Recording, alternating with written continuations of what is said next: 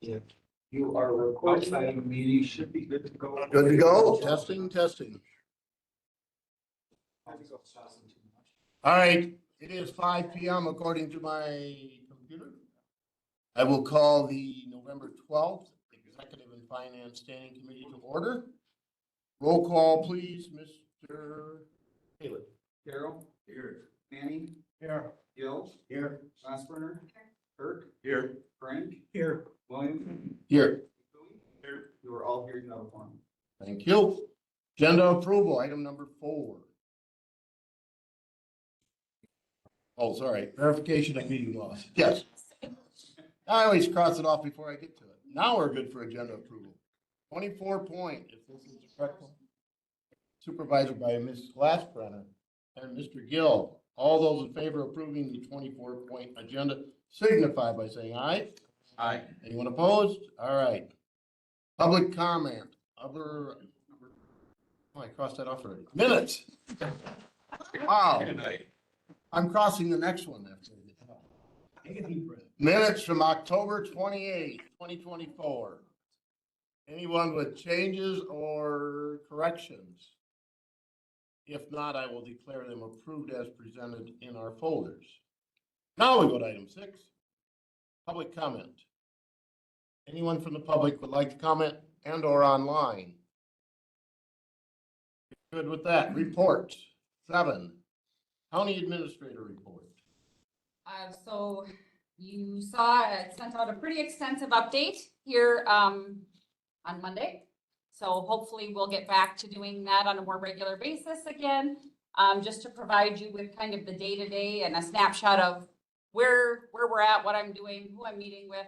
Although it changes day to day, you know, at any given time, people are walking into the office to discuss different matters, but that hopefully will give you some insight.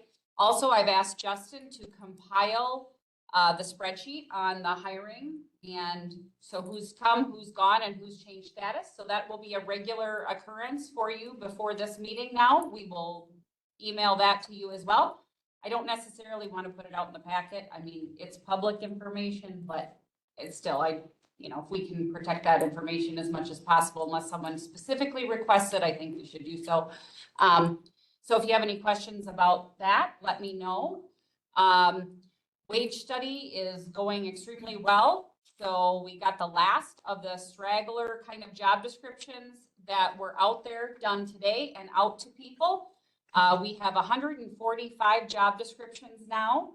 And we had 89 appeals thus far. With the additional 10 to 12 that were sent out today, we may have a few more appeals, but it's looking like we will be ready to move on into the setting of the wages and all of those things here shortly. We're prepping for the campus reconfiguration committee meeting next week. We were asked to take some photographs of the controls of the Honeywell system and also identify water shutoffs. Randy and I met on that this morning, and he's working on that as we speak. Trying to think of what else we've got going on. Potentially, poor Derek is potentially preparing for a recount. So the canvas went well. They did an outstanding job. It's been a long haul. He and Miranda have worked a ton of hours. So kudos to them to make sure that our electoral process went off without a hitch and is functioning well. And other than that, it's just plugging away. Anyone with questions for the administrator? Good, good. All right. Let's move on to item number 8, discussion and possible action on agenda item placement process. Item 8.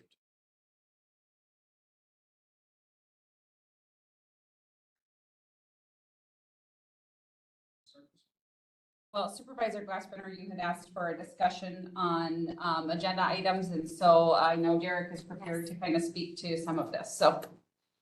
So what I have in your guys' packet is a couple items that we have shared at the department head meeting twice, I believe, actually. Shortly after we did our reorganization, the first department head meeting after the April reorganization, we shared this information, and then also shared it again at the last department head meeting last month. So as you have before you, there is this agenda item cover sheet. So the expectation that we've been trying to set and trying to follow for items to end up on the agenda is to use this agenda cover item sheet. So I will say that some departments use this on a more regular basis than others. For my end mark, sorry.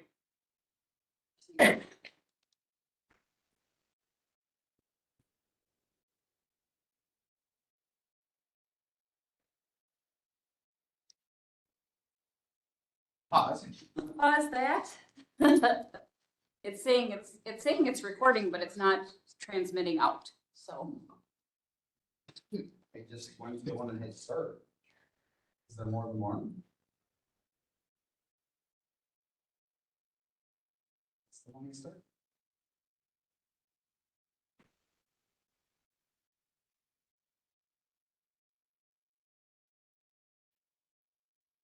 Somebody else is on the things. Yeah, that's what's weird. Does he have Barb and, I just.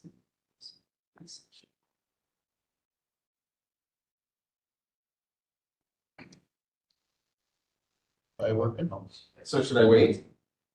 No, that looks correct. Let me just see if they can get one here.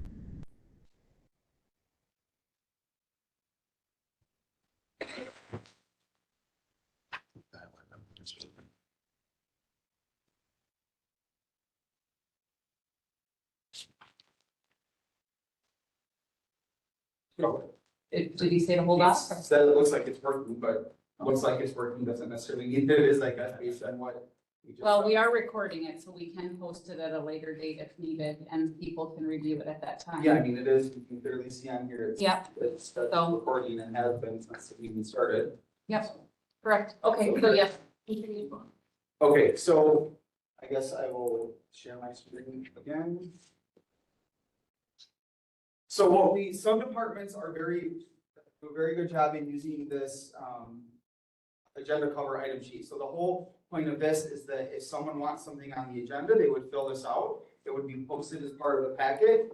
The department head would typically fill this form out. It would then go to Administrator Pesch's desk for review, and then come to me. So this way, the department head knows what they're presenting. You folks have your information in the packet. It's been reviewed by Candace, and then I know what to put on the agenda, because there are times when I am told, or others are told, we want this on the agenda, but there's no clear indication of what that action is. And so, my crystal ball only works half the time, and I don't want to be guessing what agenda items should be, and you guys need the information that you have before you come to the meeting. So this is a form that we've used in various forms over the years. I know when Clint was here, we also used it as well, but I think this is something that Administrator Pesch and I will begin to enforce much more, be much stricter about enforcing this and ensuring that if anyone wants something on an agenda, it needs to be put on this sheet to be reviewed by her, to be shared with me, to craft the agenda, and then to be put in your guys' packet. So this agenda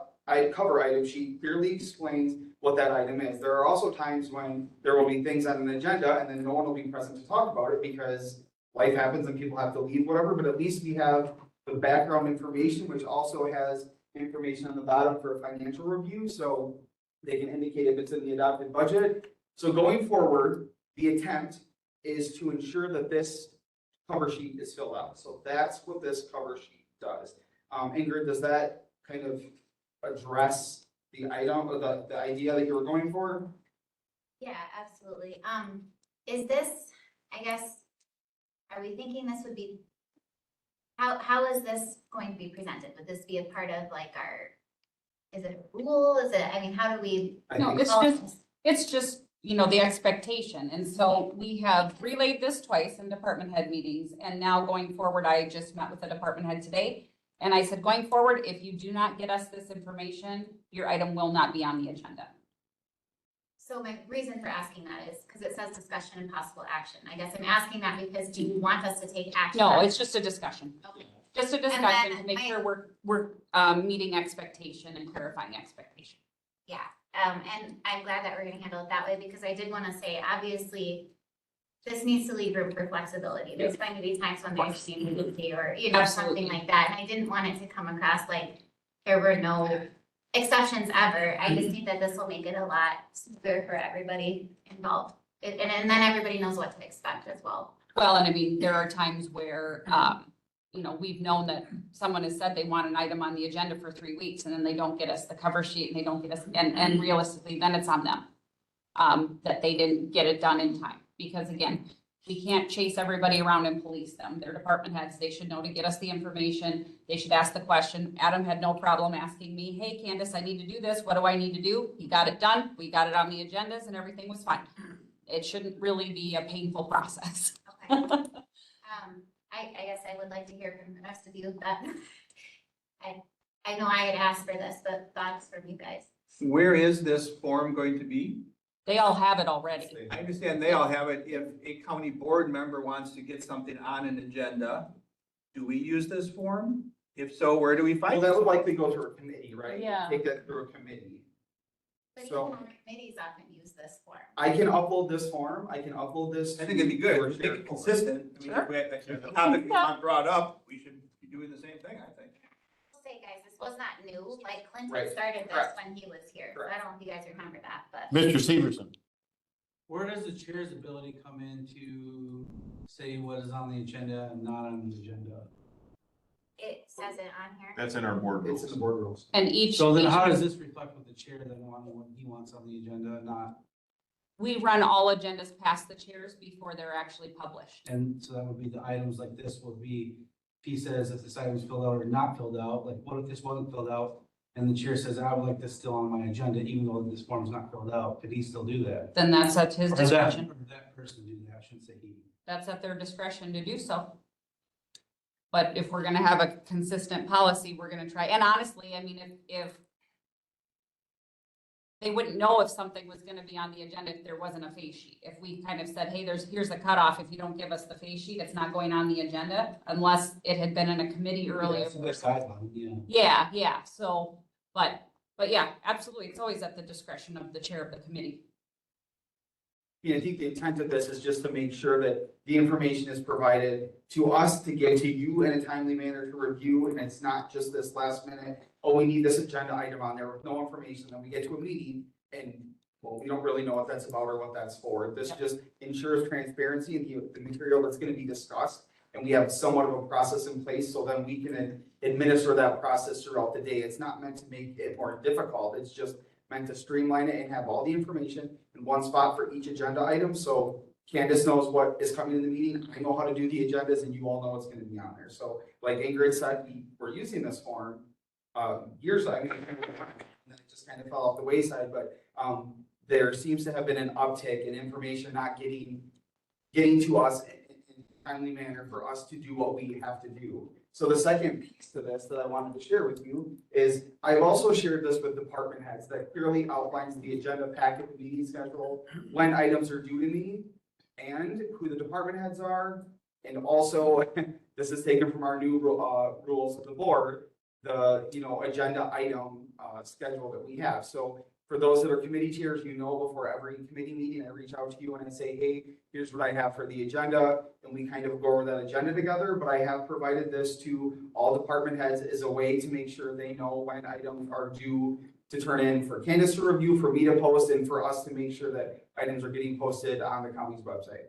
And that they have seen twice as well. In addition to that, I have also provided everyone with a template on how to fill out a resolution, because it also happens that we will want action taken at a committee level meeting and a resolution is often not prepared, or it's wordsmithed on the board floor, maybe not proofed as well as it should be. I know we've had a string of typos come up lately, and I don't like typos. I want it to be right the first time it's printed, it's being published.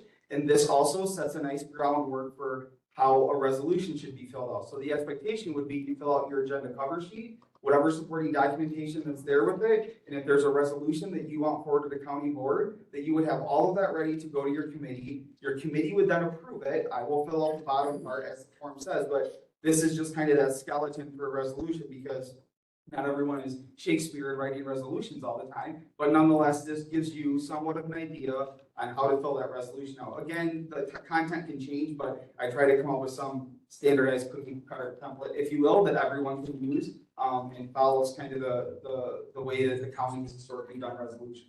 So this has also been provided to everyone as well. Supervisor, good. That's better. Go Yes. for it.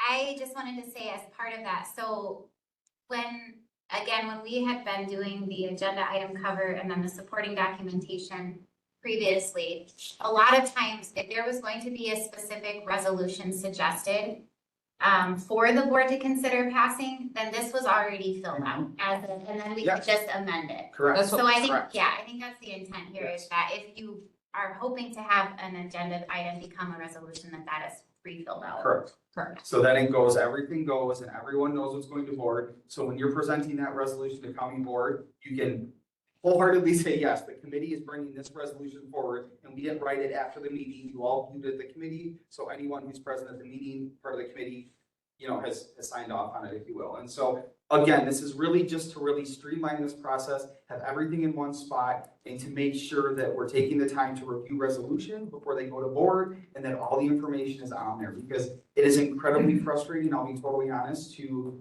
be chasing down pieces of paper and agendas at the 11th hour. We can't, that's just not, it's not efficient or anything helpful, so.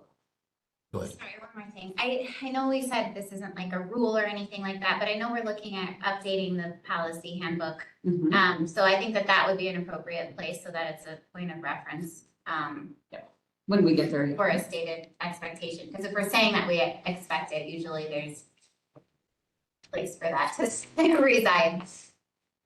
I just wanted to make sure with you guys that our expectations were not super crazy and out of the ordinary, that these are forms that we can use, or at least this is a process that does not seem to be too intrusive to anyone, but really a nice way to get things done. So that's what I would really like to see happen. It's just a nice streamlined, efficient way that items get to you guys and they get to us and they get uploaded to everyone else. Have you had feedback? Has it been difficult for people to fill this out or making a lot of extra work? We are working, we're working on it. I think it just takes a little bit of time, but we're working on it. We're getting better. I would say Administrator Pesh, we're getting better. Yep, we started in April, trying to, we reinforced it again. And Yeah. now we're kind of saying, you know what? You need to get this stuff to us or, we're not gonna recommend it be put on an agenda. Because again, I agree with Derek, there have been times where people put things on agenda, we can't speak to it. At least if we have the agenda face sheet, I have a little bit of background, he has a little bit of background, we could at least speak to an item if somebody can't be here, something comes up or what have you. And that way, we're not postponing taking action on said item.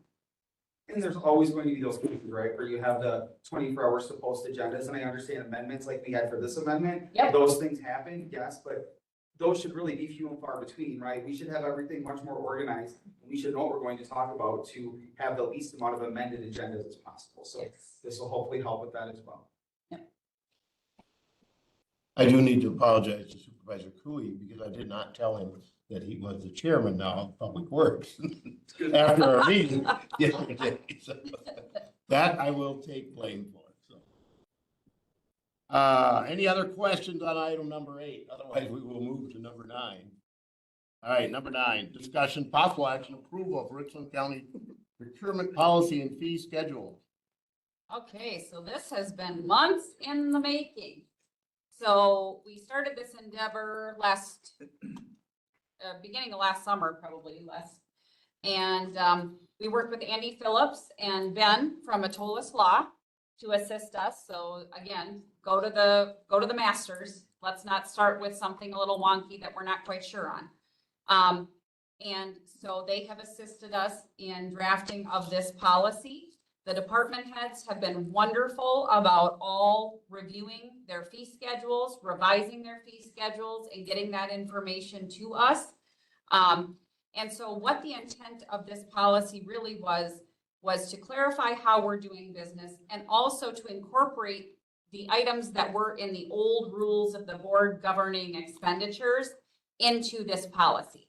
And so the initial sheet that you see is just an overview of what Larry made sure was incorporated based on the old board rules. So this is just a quick view summary of what you'll find within the policy. Then you have the policy itself in draft form. And then you also have the summary fee schedule. Now, as I said, we do have some formatting to do in this. It's really about the content, because once we have approved the content, then we will create a table of contents for the policy. And then we will make the fee schedule an addendum. That way, once we put the policy in ordinance, we can modify the fee schedule as a standalone because it's an appendix, sorry. So that is the intent. I did send this out last Friday to try to give you guys some time to review it before today. I had a few questions from Supervisor Carroll. I didn't receive any other questions, so I guess now, Larry, you have anything to add? Larry and I have been tag teaming this event with Ben and Andy, so any questions, anything we can clarify? I do have a question. Oh, Steve, did you want to go first? Go ahead, Mr. Carroll. We'll just go down the line. Yeah, you guys got back to me really quick on my questions, but I think in the past we have used cooperative procurement. I think Josh has done it in the past, so I just wanted to make sure that if we decide to do it again, that we have a little background on how that works. Yep, and so I did pull the statute, and I will get this to everyone. It's basically just saying that we are allowed to join together with other municipalities or groups of municipalities and enter into an agreement to purchase on a larger scale. That is what that is. Right now, as far as I am aware, we are not doing that. I can clarify with Josh, but those specific agreements don't or shouldn't be in the ordinance. It's just that you may do that. And this is the statute that governs how that would operate. And so that's really what that is. And again, we can kind of have a sidebar on cooperative agreements, and I can get the statute up to all of you, and then we can have a discussion on that at a later time, just so that you're all aware of what that statute means. Happily do that. Supervisor Grassplanner or Mr. Gill, anything? So I just had a couple of clarifying questions. On section 4, that says authority levels, Roman numeral 4. Yep. That's on the 9C. Yep. Authority levels, and then in section B, number 4, where it says the professional service contracts for the maintenance of computer hardware or software may be approved and signed by the county administrator regardless of the value of the contract when funds for the contract are included in the budget. Yep. Is that kind of been our policy before now, or is this new? I mean, and when we're saying like, regardless of the amount, like. Yep. Well, so we added that language throughout because you've already approved it once. It's approved and in the budget. I would not be signing on anything that you all have not already approved. So if it is something that is not included in the budget as presented and approved by you, then it has to come through committee and to board. So you're saying it's an actual line item in the budget? It's Correct. not just like, oh, we have extra room in the budget? No. Okay. If it's something that is not specifically designated in the budget, then it has to come through committee and through board. Okay. This is only for things that are allocated very specifically in the budget. So like, it would be software contracts or Office 365 purchases or things like that. Those are very specifically approved in those line items within the budget. Then we could sign on that. But anything that is new or, oh, well, I had allocated $50,000 for this, but now I want to use it for that. Nope, that comes in front of you. That has to be approved because it's outside of what was in the approved budget. So it's very specific to what's in the budget. Okay. And I assume that the reason we didn't have that cap on that is because their maintenance and some of those things tend to be higher than and we've already budgeted. Well, right. That's specifically for our IT department. Right, and that way, if they have, well, the radio tower project, Right, exactly. some of those invoices right now are $2 million. Well, we have resolutions that allow for us to just sign those, but in this case, if it's already an approved expenditure within their budget and it might be, $500,000, yep, it's already an approved and I can look, I can make sure it's approved and then sign. Okay. And then my last question sorry, I have 3. The second question is just a clarification. Again, this is because I'm not super familiar with the terms. I understand in the competitive bidding process portion, I understand the upon quotation, the getting quotes, but what is the difference between that and then when it says the other process being in the open market? That is just, if you can go out and find, you know, on websites, you can get 3 different Oh, prices. I see what you're saying. Like, So, you I can mean, see what they charge. Right, because certain things, yeah, you're gonna wanna get a quote, and other things you can just go and print it off and say, That okay, makes here's this price, here's Amazon's price, and here's so-and-so's price. Okay. Yeah. And then the last question I had was on the fee schedule. Mhm. Because it didn't say anything previous, like what we've charged, was anything significantly changed on that fee schedule? There are certain departments that have to change their fees every year, and those fees typically have gone through each of the committees, Okay, and have been looked at prior to coming here. okay. They've been discussed. So yeah, there have been some changes. Which ones they are, could I rattle them all off? No. Okay. And then really significant. Not major, $25 here. It's all, they're all minor fees, $500, $1,000 at the most, so not a lot of change effect on higher end fees. They think some of those have been lowered. Okay. Yep, and they did, I know that a lot of the department heads did go out and check with other counties too, to make sure we were in line. And then decided on adjustments based on what they saw too. You know, we're significantly below a lot of counties with a lot of our fees actually. So I think we do pretty well overall. Thank you. Anyone else? Mr. Frank? Yeah, so section 5, competitive bidding process. Sub 1, equipment contracts in value of up to 25,000. An equipment contract for which the estimated cost does not exceed $25,000 or less. So is there equipment that's $300 and we have to get competitive bids for chainsaws? I mean, it seems a little, I understand the dollar figure of 25,000. Well, that's where the open market piece comes, because then you can just go and say, okay, you know, Amazon sells it, Walsh's sells it. So that's sufficient for Yeah. quotes. You can just go online. from there. Yes. That's fine. I just didn't want to have to go out. I agree. Yeah, so between 0 and 25,000, you have to get at least. Can either do this or. An open market, okay, or the open market. Yeah. Thank you. Yeah, very good. Thank you. That's why I asked that question, because I didn't understand that either. Well, that's 3 of you that had that question. So it was not an Okay, uncommon I felt question. better, Yeah, 'cause I'm like, maybe. Nope. No, it wasn't clicking. All right, very good. Thank you. Good. Anyone else? Mr. Cooley? Good. Mr. Manning? All good? Not? Do we need to action on that then? Approve and send to full county board? Send to full county board, knowing that we will have to plug in the short-term rental fee to this if the short-term rental ordinance is passed this evening. That is the one fee we will have to insert if it's decided upon or when it's decided upon by the board.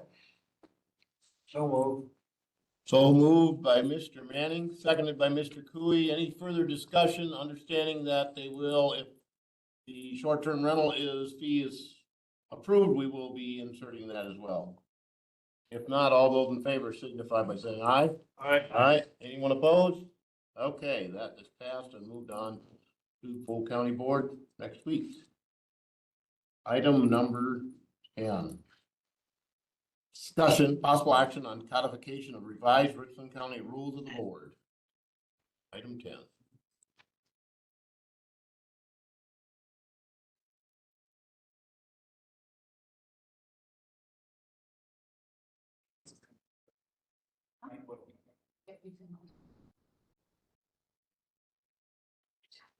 Item 10. Steve, Codification. Steve, Barb's on. Barb's got her hand raised. Okay. Go sorry. ahead, Barb.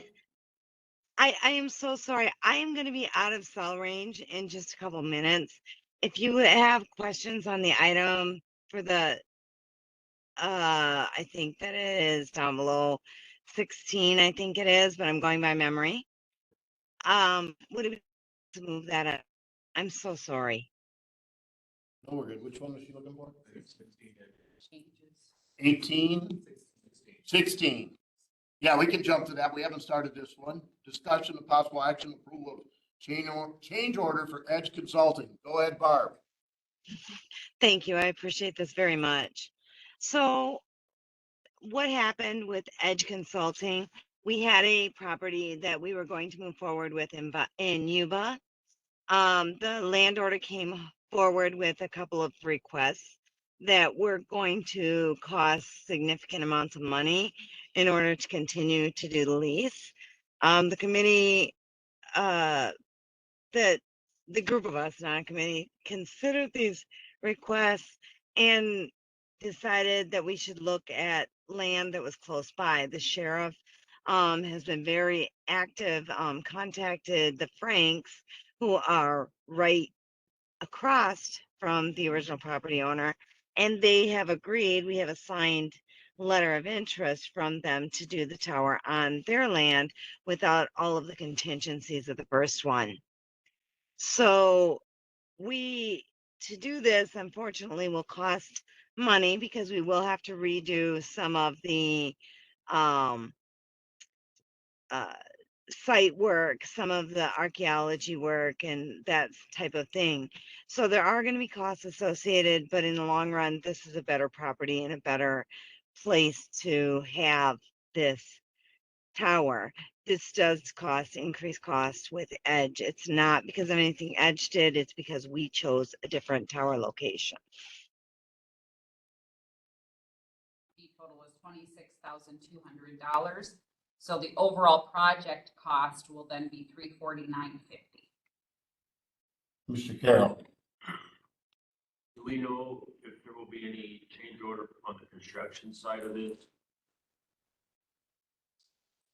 I'm really sorry. Could you turn the volume in the room up a little? I'm not the only one. I'm getting comments too from others that are online. We can't hear you. Okay, say that. I asked if we anticipate a change order on the construction side of this change. No, the tower itself and the dishes should not change because the location is literally across the road. My question is, we didn't have a signed contract with this landowner? We had a letter of intent, but not a lease. And when we gave him the lease, it was weeks and weeks and weeks of waiting, and we couldn't get him to respond. And when he finally responded, he had several demands and doubled the amount that was in the letter of intent of the money he wanted. Understand. And Supervisor Glassbrenner.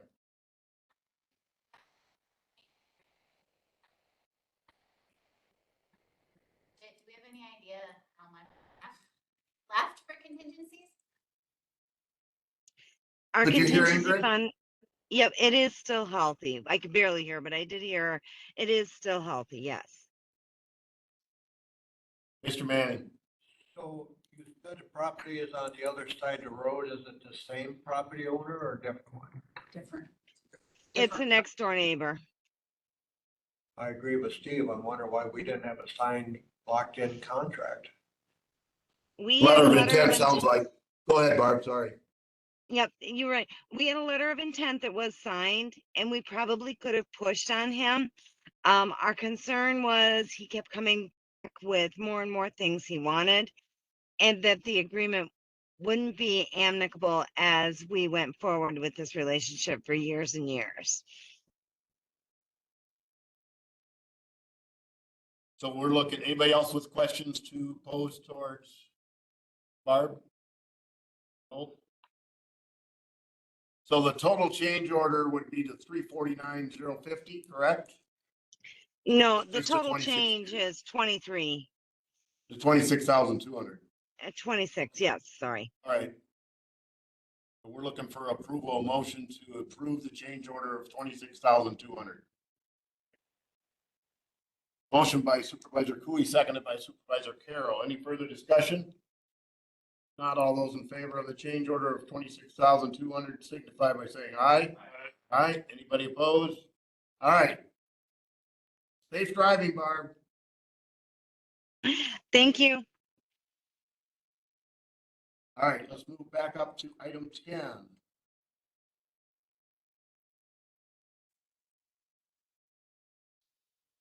Okay, so after the changes to the board rules, one of the items that Andy has discussed repeatedly on some of the phone calls that we've had, as well as I believe when he was here, is codification of the board rules. In his opinion, it is best practice to codify the board rules and then have the committee assignments as an appendix so that you can change the appendix with the changes of the board, but that then the board rules are an ordinance, which makes them more like a local law and thus further enforceable. And so that is his recommendation. And so I was requested to add this to the agenda. Mr. Chair, Yes. is an ordinance then at that point for the rules of the board? What does it take to change, like if the future board wanted to change those rules? I mean, does it have to be then at a county, it would have to be at the county board level, but does it require a certain majority or is it just like anything else? No, it'd Just just like be like an anything else. amendment to the ordinance. Okay. Yep. Okay. Good question. Supervisor Stevens. What's the difference between a resolution that we already do on certain things versus ordinance? So like we say, this is a resolution to blah, blah, blah. What if every resolution was an ordinance? Because according to Attorney Wendell, resolution can be changed at any time per new county board, like what Supervisor Glassbrenner was alluding to. If it was in a ordinance, would it be able to lapse or stay? Or would that county board, 2 years, let's say, a new county board, be able to change that at any time? As far as I'm aware, that can be changed just like a board rule. It's about the enforceability is really where the difference with a resolution and an ordinance. When you make it an ordinance, it becomes very similar to a local law.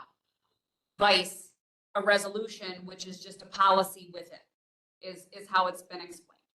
Resolution is like a formal action. You're saying, we're gonna take this action, a formal statement of a decision or action. It's not necessarily an ordinance that's in the, various ordinances for different things. A resolution is a statement of action. I'm not a trained attorney, so don't take legal advice from me, but that's my understanding is a resolution and an ordinance. As an ordinance is a local law and a resolution is a formal statement saying you're taking an action of whatever that. And I believe part of the reason why Andy recommends it is because of the fact that at one point there is discussion of engaging a member of the sheriff's office and also potential charges. And that's in statute, but then he just kind of recommends it as a best practice for the board rules as well. Do you remember anything additionally with that discussion? You were. No, other than say, we amend ordinances all the time for other things, so this could be amended as well. Mr. Carroll. I recall, I got the impression we're kind of plowing new ground here with board rules, and that's why Andy worked with us the way he did. Do we know if other counties have done it as an ordinance, or are we? Several there? have, yeah, many do. That's why he was recommending it. Supervisor Glassbrenner. So just to clarify on Carrie's question, then the process for amending a resolution and an ordinance would not really be any different. It's just, as you were saying, I guess the gravity of it perhaps, or the enforceability. Yep. Okay. And it sounds like to me the ease of enforcement is easier with an ordinance. Yeah, I kind of wish we had heard his explanation because I am still a little fuzzy on what that looks like. So I don't know, did he like make a written explanation of that at all that we could look at later? No, he said it in the meetings and then he did explain it. And he did explain it when we were talking about our board rules as well. He talked about, Information at that yeah, time, and so I he don't talked remember. about it there. So if you want something additional, we can request it. Again, it wasn't me requesting this item to be on the agenda, so I'm just speaking to what I know. So, I mean, I don't know if it has to be from him, but perhaps there's a resource that we could look at that would explain that, because I assume, I mean, that we're talking about county government at that point, right? Like any of those things, resolutions versus ordinances, surely there's gotta be something out there that would explain that enforceability measure. Yeah, maybe, Mr. Chairman, sorry. Yes, sir. Maybe we just have Attorney Wendell or Andy type up, explain the difference between resolution and ordinance and what it means if this is codified, and we can bring that back. Cause was this gonna need to go to the full county board? Yes, I absolutely. think that would be a great educational thing, because I would love to clearly understand that as a board member myself. We can do that. Okay. So we'll just put it back on next month? Work with everyone? Yep. A little more information? Well, we can do it the second meeting. Can't We have one. I mean, we County could, County Board. yeah, I'm not. If opposed it to also it. looking is for clarification, right, Finger? Well, Right. that's up to you all. If you wanted to go to county board without that clarification, that's not me. Yeah. I'll second that with the provision that we have some further explanation. Okay. Mr. Chair. If you look on the WCA website, they've had articles about county board rules that do address this too, so there are other resources that Okay. we can take a look at. I just did a quick search for codification of board rules, and the first like half dozen results are all from WCA's. Okay, Good, good. Motion by Supervisor Cooey, seconded by Supervisor Glassbrenner. Any further discussion on the codification of board rules with further information coming? yes, a discussion point. This is a good, good example of like where if we had some explanation in our packet beforehand of like what that meant, then we could have done that research. Cause I saw that and I was like, what does that mean? I don't know. Okay, well, I would ask then, if you have a question like that, email us so that we can get that I- information. But, like, I thought this just meant, like, I assumed, and I shouldn't have assumed, I guess, but I assumed it had something to do with how we've been putting things into, I don't know, I thought it meant something different. So I was like, oh, I think I know what this means, and that's why, Okay, so I guess, because we're happy to do whatever research to try to make sure we have those answers by the time we convene here. right, but I'm saying like, if I had even known like, oh, this is a recommendation to codify in order to make it more enforceable, I would have done my own like Google search. And I'm not making that as any kind of like, criticism. I'm just saying, Yeah. and again, I should have clarified, but I just thought I knew what it meant and I didn't. Any other discussion? If not, all those in favor of moving it on to Poole County Board signify by saying aye. Aye. Anybody opposed? Okay, moving forward with a little more information coming. Number 11, discussion and possible action, approval of short-term rental ordinance. 11. Carol. Be best to speak to this one Sure. rather than me.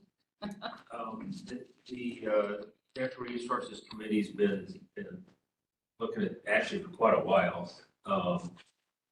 And we know that there are state statutes that require Airbnbs to license and all the regulations. But we thought there was a few things that weren't covered in the statutes that we thought we could add a little bit. We're not trying to duplicate what's in the statutes, but the things we identified were more to do with just communicating so we know what's out there, and also things having more to do with just trying to be a good neighbor, those kind of things, addressing parking and those kinds of things. So, if you looked at it, I mean, this is all fairly straightforward stuff, but if you've got any questions, concerns, we've been looking at it for quite a while. We can research more if you have any questions. So what is the fee for this? We've not set one yet. Yeah, no set fee, okay. Other counties, Steve, are doing this as well. Oh, yes. Good, good. What are we waiting for to set that? Are we looking for more information? I think we just need to decide what our actual costs are to administer it. It won't be a very large fee. So will that have to come back through then, once you have? Well, the fee I'm set? thinking that's what's gonna go in that fee appendix, right? Right, and didn't they discuss $125 or I something? don't like recall. That at the board, I think it was at the Natural Resources Committee. I believe it was $125. The bottom of the fee schedule said 200. Because it was wrote outside of the fee schedule. Just pointing that out. I don't know if that's the number they're looking for, but that's what it is. Well, I glanced at it. Yeah, because I think that as they were thinking about it, they didn't think it was going to be quite that much. So I think that was the placeholder fee. And then they kind of talked about it. And so I think it was wanting some input. So are we gonna have county employees go out to inspect these locations? We're not doing enforcement. It is, there's gonna have to be some education, I guess you'd call it, announcement that it's a new license, but we haven't fully fleshed that out. Right, so it talks about the zoning office is the one that's going to be issuing these. To issue it, do they go out to the property? Yes, this meets certain criteria and standards. No, it doesn't. Or is this just a fee that Airbnb people or Verbo, whoever it is, has to come in and say, oh, I can't operate, so you have to give me a piece of paper for $200? Like I say, the statutes cover things like safety, things that have to be inspected. We're not looking to be inspecting in that way. We're mostly wanting to make sure that the Airbnb folks know that we have a few requirements, like I say, being a good neighbor, those kind of things. And it's just whatever it costs for us to administer it, really. I don't know if 125 or 200 is the right number, but. Yeah, I guess I'd like to know what that administration is I have gone through the Airbnb licensing process with the state, had the state inspector come out. We went through all the criteria, we went through all I don't know, it took half a day or so to do all the paperwork and all that stuff. And it was, I think it was 150 or 200 bucks. So now we're saying now it's an additional $200 to do what service, what benefit are the Airbnb people, the short-term rental people getting? When they go to the state, the benefit they're getting a certificate. They've been checked. I can say, I meet these criteria. Is this just another piece of paper that we stick on the wall? I don't know. It seems harsh to the Airbnb people who are doing a good job bringing people in to the community to charge them for something to walk in to get a piece of paper that says that the state's already checked us out. I'm concerned. Supervisor Turk. I was on the committee when they were first considering this, and it's been in the works for a long time. And they're in contact with area operators, so they're understanding what the intent is. In situations we've seen, and correct me if I'm wrong, Steve, there have been people who've come in and complained about Airbnb operations or short-term rental properties, and we didn't have anything in our zoning code to address it really. Correct. And so if people follow the process, get the correct paperwork, we can say, well, they agreed to operate by the rules that are set up by Richland County as far as parking and whatever else. And so if they're violating terms of that, we would have some instrument to say, hey, you're not running it the way you're supposed to be and your neighbors are complaining. If someone's complaining just the fact they don't like it exists, well, they're following the rules. So, and to clarify, Yeah, it does. I'm just trying to find out how this, Is that in line with your recollections, Steve? yeah, But works. what if somebody chooses not to do that? they can't operate them. There's Well, but you're saying that it's not, you're not going out looking for these people, I assume. so the neighbor would have to complain. I would assume it'd be handled as any other zoning violence. That Well, yeah, it's like any other zoning if violation. someone needed a certificate of, or what they call it, a conditional use permit, and didn't get one, well, there's provisions for violating that. I assume there'd be provisions for violating this too. Is there? Is it built? Yeah. in? Yes. So, and in looking here, they have to present Number 9. their state lodging establishment inspection form and a copy of their Wisconsin license in order to then obtain this permit. So basically, it's them proving that they have gone through the state, that they have been properly licensed, because one of the things that I do recall in some of the meetings I have attended is that we have several Airbnb operating that are not registered, that are not licensed. And I do believe there's also been concerns at certain points that they are operating with far more inhabitants of a building than the septic can hold. And they're worrying about septic failures and some things like that. At least the discussions I was party to when I have attended these meetings at different times. So I believe that that was kind of the intent too in doing this, giving us an enforcement mechanism and also trying to prevent some of those things where your septic will support 8 people and you've got 18 people staying in the house on a pretty routine basis. Well, that's just asking for trouble. So I think that was some of the intent behind this as well. If that's the case, and I haven't read it all, Steve, but yeah, all right. So in that case, if I have 18 people there, who's gonna, you're gonna have a total number, Bob, did they tell you the total number that you could actually put in an Airbnb according to your septic? So no, they did not give us that. We have to specify the number of beds that we have, and then when they come and look at that, they say, oh, you have this number, so you say your maximum is this, and I say yes, and then they measure it according to that. So we have a maximum number we can have. They didn't base it on the septic, they based it on what we said, and then looked at how that would affect things. Yeah, and I'd heard some of these same rumblings over the last 2 years that the concern was septic systems and being more people in the structure than what is legal. Mr. Manning. Guess I've never really heard the answer, this Bob could answer. So in the past, a larger hotel person in the area was concerned that you're not charging tax. Did they ever straight out, you do have to pay tax, right? Yeah, so if you're going through Airbnb or Vrbo or any of those documented companies, they take tax from you. And that goes to, I hope the county sees their share. I know the city sees an income that gets a check cut as a hospitality or Room tax. room tax. Yeah, there's a room tax. It actually comes out and it's part of the billing process. Just like a hotel. Just like a hotel, just like a hotel. Goes to municipalities. But since I've seen that also. Mr. Severson. The opportunity to see that it passes. Not every township passes it. Okay. So that's up to the township then. Yeah. Mr. Severson, go ahead. Supervisor Runny, she's not on the board anymore, but he would have been a great example that we could have utilized.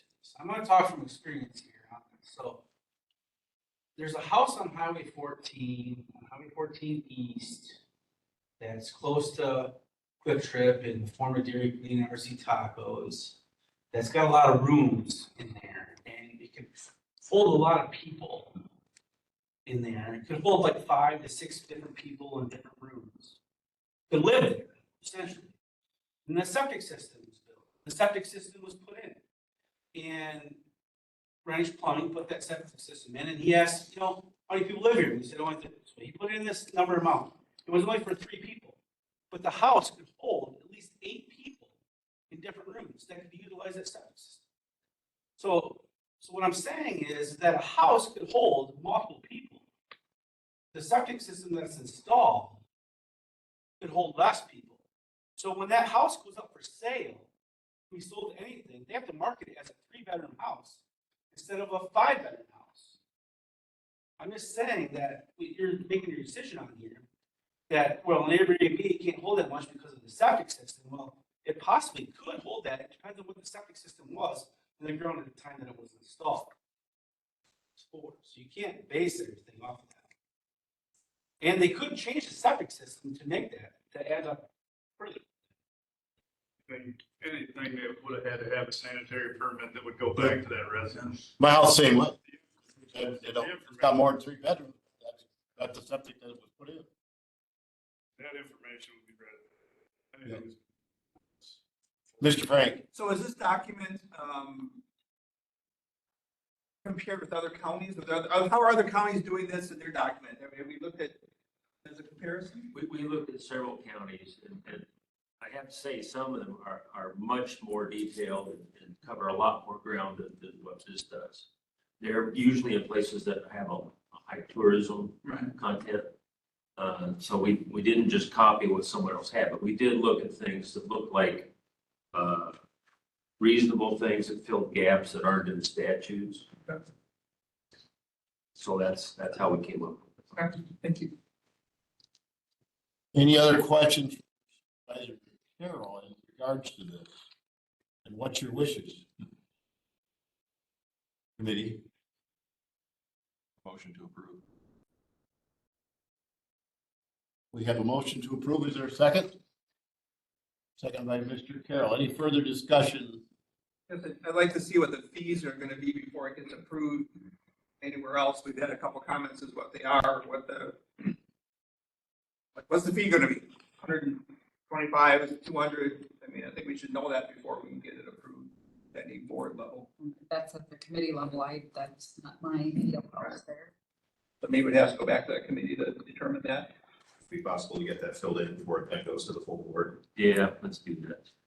Okay. Because I saw questions too about how we're gonna check on people. Are they getting the Wisconsin license or whatever? Is that a requirement of Airbnb? I don't think it is.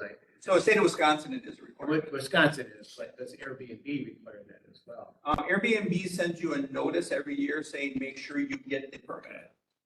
But I've just heard other Wherever people have not registered with the state. To get their county permit, they would have to show it, so. There's other No, ones. but So check then it. their, the county permit is valid for Right. 2 years. Right. They're using the word Airbnb as short-term rental pictures. The statute talks about it as short-term rental.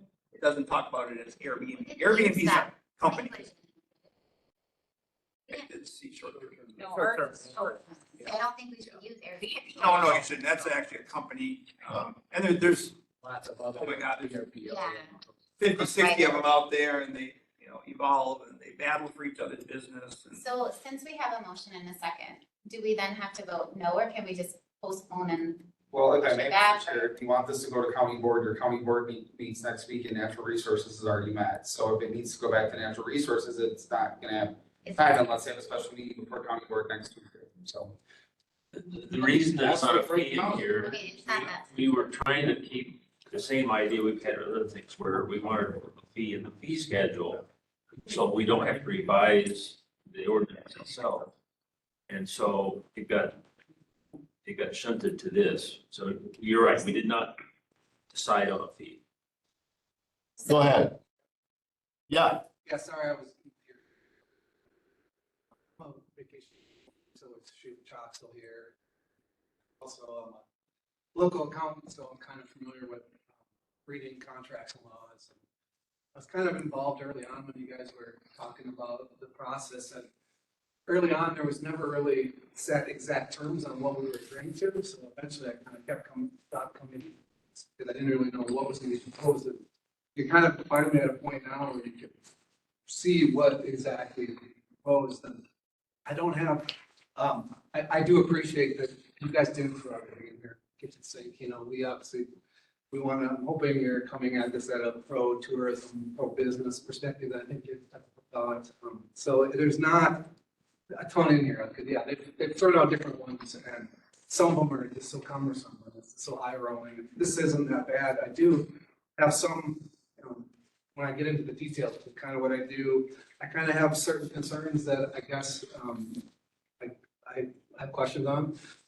The first, I guess, was, so right now, you're supposed to get this conditional use permit in order to have a property, have a vacation rental.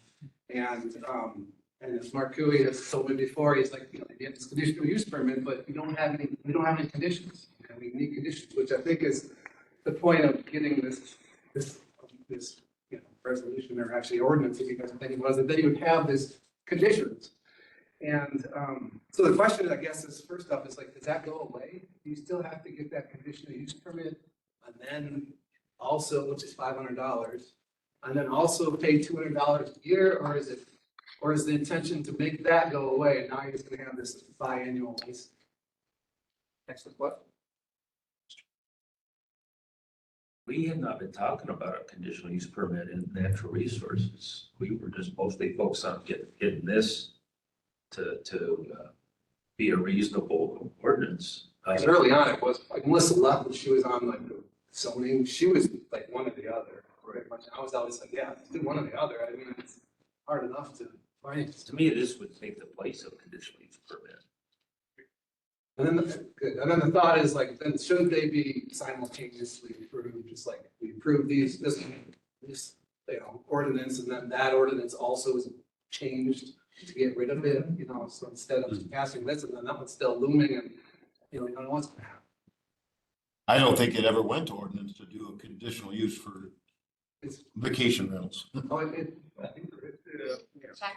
Do we have, We should send I this don't- back. Certainly be a motion to postpone and refer it back to committee. well, Can I make that motion to postpone and send that back? yes, motion by Glassbender, seconded by Frank. All those in favor of postponing, and we will get more information and a fee amount, signify by saying aye. All right, postpone. so, there's other comments that I don't know if you want, when it's a good time to bring up. Mr. Carroll was the chair of that committee, so what is your next meeting, Steve? Will your next meeting be, Steve? We'll postpone till next month. Yeah. Our next meeting, let's see. First Monday would be December.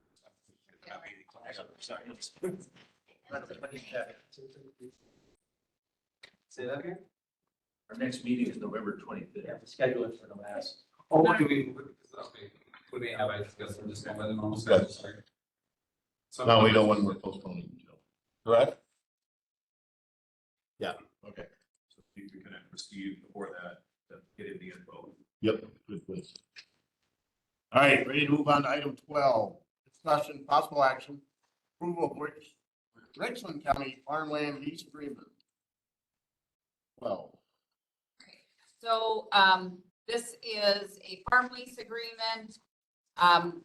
After discussions at one of our last meetings, it was determined that we have property that is being leased out near Pine Valley, and we also have property now that is to be leased, that was leased by UW to a private farmer.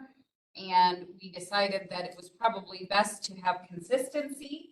So I know you all had seen this farm lease previously, but had referred it to Natural Resources to review the soil testing and land use pieces of it.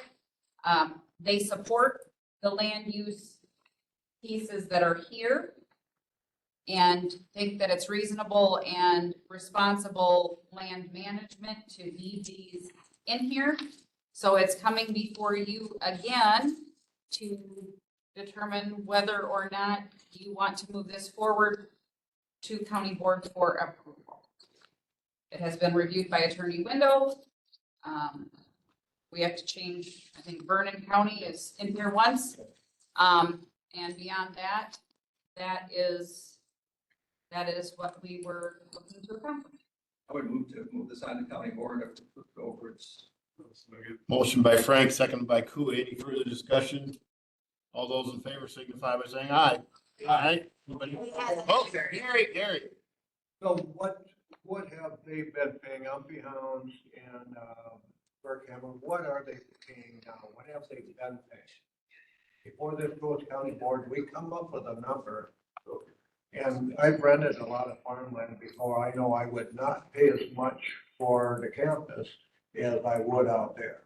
You just can't get the production on the steep hillside that you do on the flat land. This is just to approve the contract. It's not to Right. approve, It's so not- that will be a case by case basis. So when it comes time to do that specific contract, then that can be a discussion point. This is just the template, essentially. You're talking about approving the contract, not a contract with any. No, it's just the form of the contract to be utilized then in developing land-specific leases. So that this is the form that will be utilized to develop an agreement with the Burkhammers.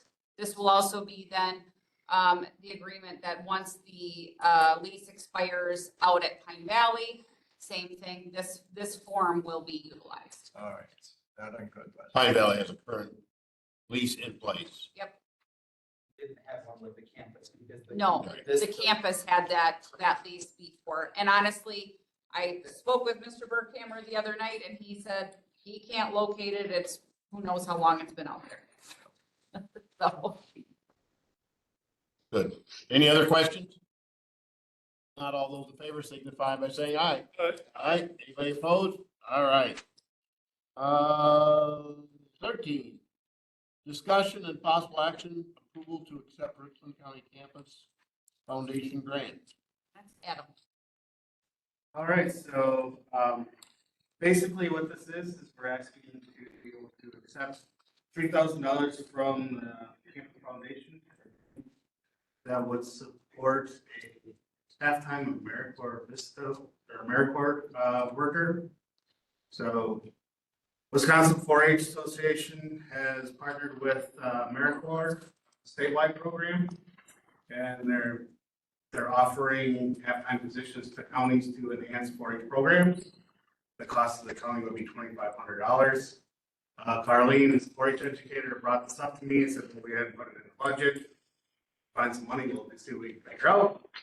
So she wrote a grant to the Campus Foundation to get the AmeriCorps worker in, so we're just asking to accept the $3,000 to pay our share of the Wisconsin portion to have a halftime AmeriCorps visit in our office for the next year to initiate these programs that are bulleted in the reference list. So, way for us to expand. Happy to approve that motion. Seconded by Mr. Gill. Motion by Glassbrenner, seconded by Gill. Any further discussion to accept the $3,000 grant from the Richland County Campus Foundation? If not, all those in favor signify by saying aye. Aye. Anybody opposed? Okay. Go ahead with that, Mr. Beatty. Sounds good. 14, discussion and possible action approval to accept donation from the Richland County Ambulance Association. Item 14. Good evening. Hello there. Hello. So before you, you have a resolution that we're anticipating or hoping to go forth to county board. The story behind this is we've had Richland County Ambulance Association for quite a long time. Due to some bylaw issues there and some membership things, they were kind of stuck in the ability to grow the association. The hope was to have an association that includes all of the membership of the department besides command staff. And right now it only accommodates the paid on-call staff. So in an effort to establish an association that includes all of our membership, we had to dissolve this association to make that happen. Per the bylaws of the association, those funds had to be dispersed in a few different specific ways. The way that they chose to disperse those funds is to make a donation of $30,866.64 to back to the ambulance fund towards personal protective equipment, essentially for our EMS staff, which we're required to provide them, and this would allow us to outfit about 90% of our department with the full set of protective equipment that they need to do their job. So if there's any questions on this resolution, please let me know. One side piece of this is that when the Joint Ambulance Committee made the motion to approve accepting this donation, they accepted it. They approved the motion with the funds being deposited into Fund 51. That's not where that money would come out of for that equipment. It would be Fund 47, line 5819, if we want to get down to the fancy stuff. So it would be an adjustment on that language from the Joint Ambulance Committee. I spoke with Brian McGraw, chairman of that committee, and he was in full support of adjusting that language, and that's what's before you today. Anyone with questions for Mike along these? Mr. Severson. Still would exclude vehicles. That is correct. It cannot be used for vehicles, and that's reflected in the resolution.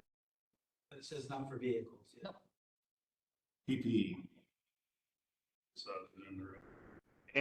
And Supervisor Severson, I specified in the resolution that it would be utilized for PPE specifically. I get that, and I appreciate that. Just sometimes we say stuff and then we take back. You know, it has happened the majority of times. So I just want to make sure that's here and important. Motion approved. Motion by Cooey, second by Glassbrenner. Further discussion? Not. All those in favor of moving this on to full county board signify by saying aye. Aye. Anyone opposed? All right, we're good with that. Thank you. 15. Thanks, Mike. 15, discussion, possible action approval of contract with Lou Everett Group for Y training. 15. Okay, so this was the same proposal that you saw last time, but you had asked me to go back to them and ask them to actually be on site for at least 1 to 2 of the trainings. So we started with building 2 in. And so the difference in cost, it went from $23,000 to $25,650. And that will be 2 in-person training events. And then again, this is still a 12-month program, engaging not only the board and the department heads, but also county-wide staff, and helping us develop strategies for various items.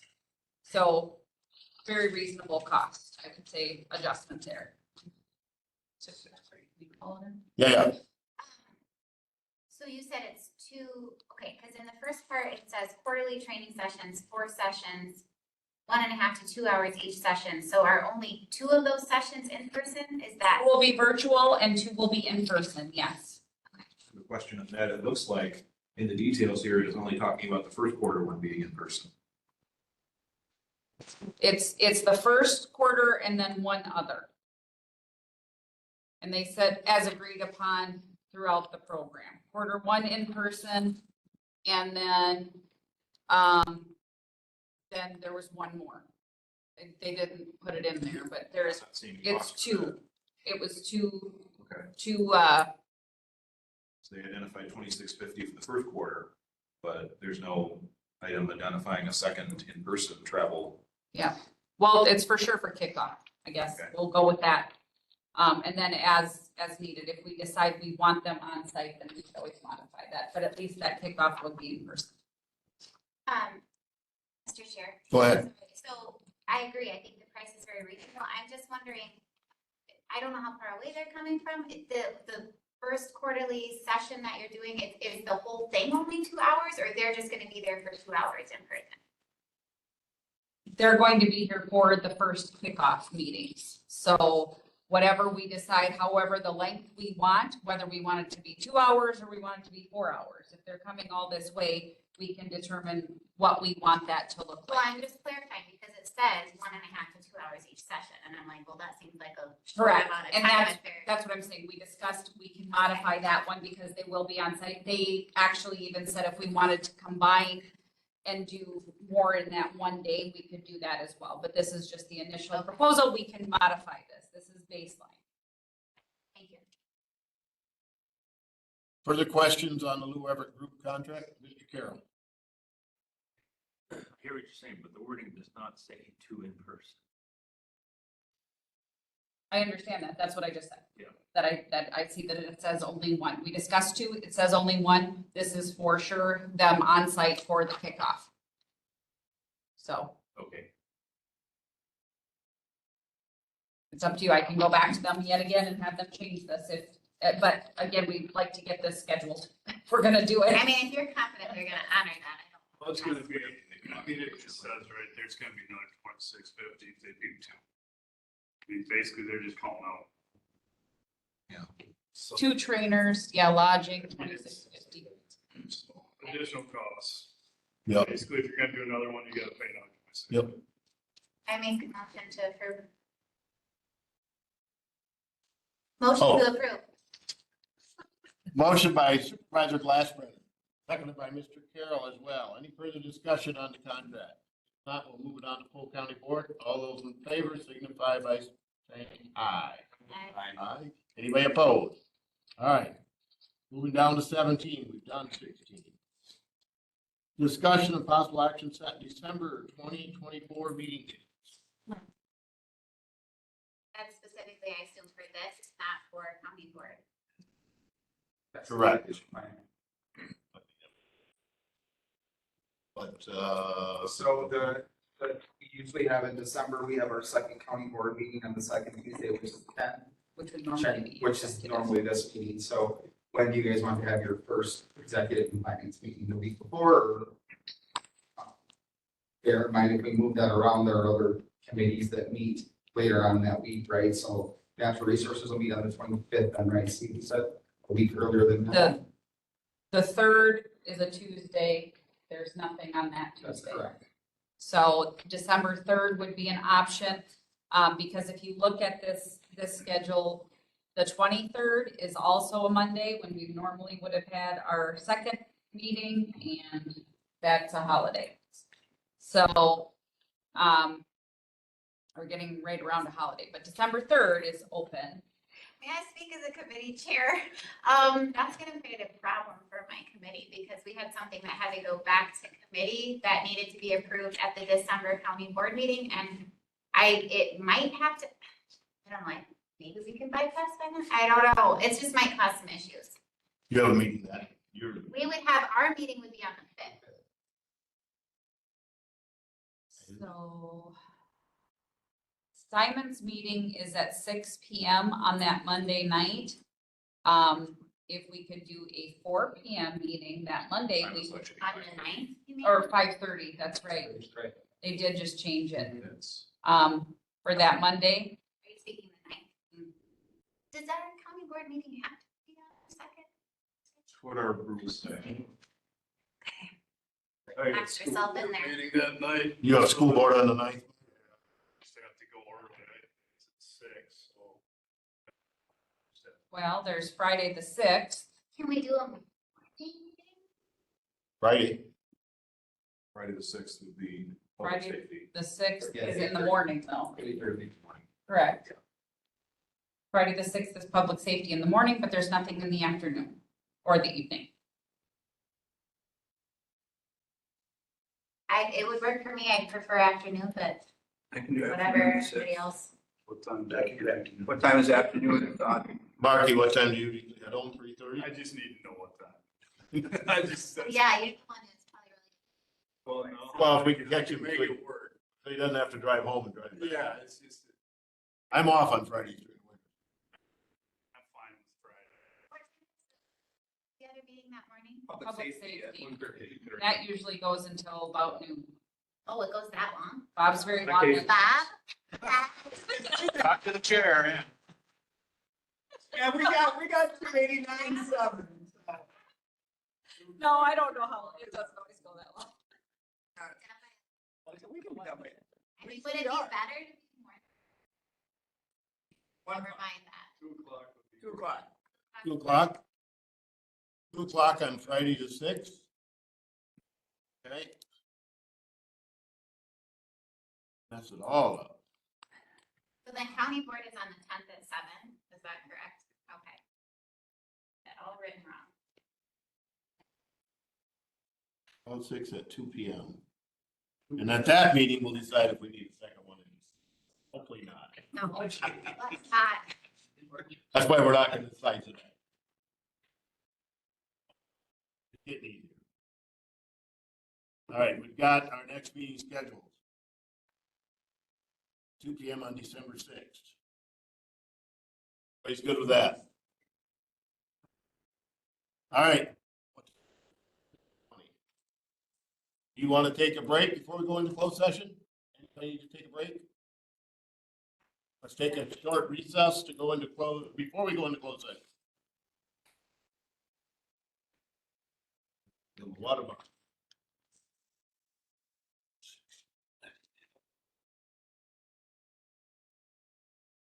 You ready?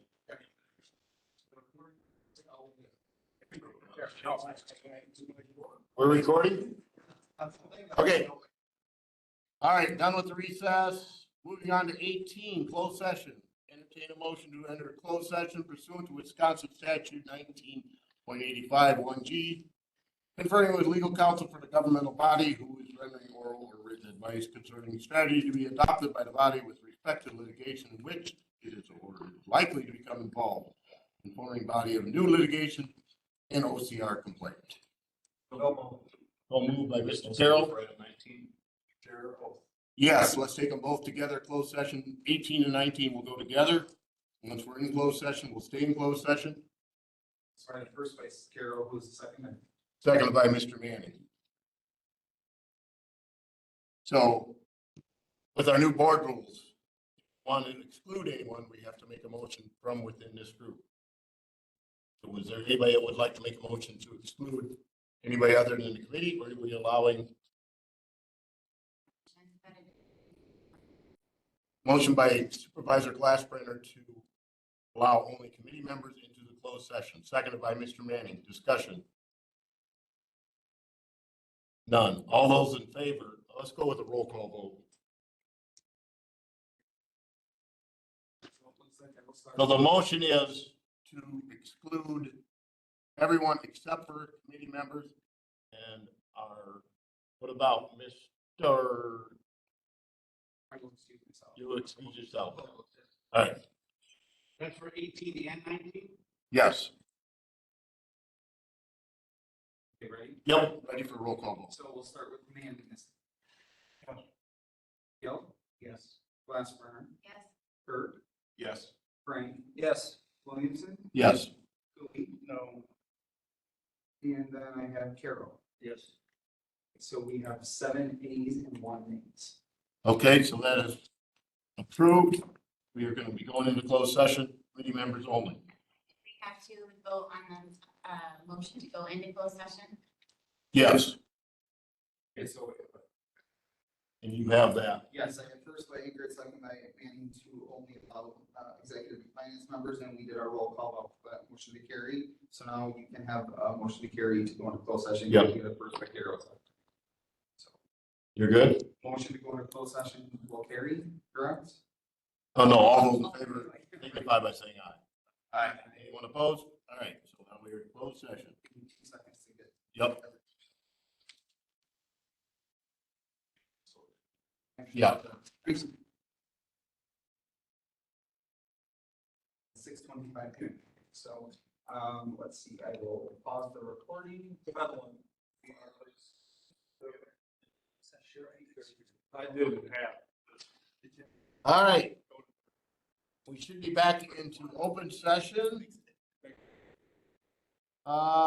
Anything other than adding those two agenda items, we'll put there. No action on anything in closed session, correct? Correct. Correct. Correspondence, Mr. Kalish. None. Future agenda items for ourselves, we have a couple that I will let Derek know about for the county board. Fill out the form. Yeah, Yeah. Mr. Carroll. Future agenda items. My word on the tower project. I already have that on my written update on the tower project is already on here. With your estimate, current spent to date, projected total, and then the same thing on the schedule. And maybe not for the December meeting, maybe in January. Good idea. Anything else that we are forgetting or anybody can think of that, what are we in, November, December? Update on ARPA dollars maybe, where we're at. That's coming next board meeting. All We right. already have that ready. All right, good enough. All right. Got a couple things identified. Mr. Manning, you have a job. Motion by Manning, seconded by Frank. All those in favor, signify by saying aye. Aye. Any opposed? All right. Wait. Thought up. Thank you, everyone. This will be our first. Are we having a second? No second. Wait, we are? We just moved it to No, the this sixth. for executive? Since our December one is early, maybe we wouldn't have to have, is there like a bunch of agenda items? The other one's on 23rd, right? That's why we moved it to the sixth. No, your second one will be on the 20. Well, I wouldn't say. 23rd? 25th is Monday. Fourth Monday would be the 25th. Do we need a second? That's my question. We need a I didn't think second. we needed a second. Oh, in this month. Right. Let me know if we need For me to cut it. Yeah. Mark, you'll have best. Call me, text me. Mark will have best